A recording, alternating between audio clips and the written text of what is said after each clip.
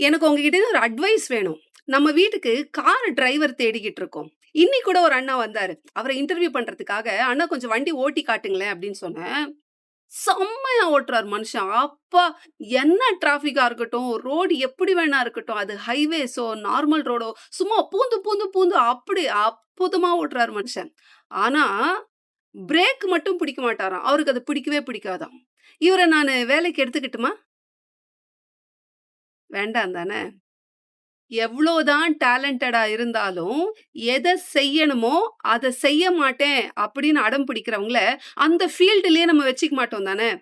நம்ம ஒரு வேலையில போய் சேரப் போறோம். ஆனா, அந்த வேலைக்கு உண்டான குவாலிஃபிகேஷன் நம்மகிட்ட இல்ல. ஏதோ ஒண்ணு மேனேஜ் பண்ணி சேர்ந்துட்டோம். அத அந்த மேனேஜ்மென்ட் கண்டுபிடிக்கிறதுக்கு முன்னாடியோ, இல்லன்னா கண்டுபிடிச்சுட்டு குடுக்குற அந்த கிரேஸ் டைம்லயோ நம்ம சரி பண்ணிக்கலன்னா, அந்த வேலையிலேருந்தே நம்மள தூக்கறதுக்கான ரிஸ்க் இருக்கு. கரெக்ட்டா? அந்த மாரி தான் மார்க்கெட்டும்.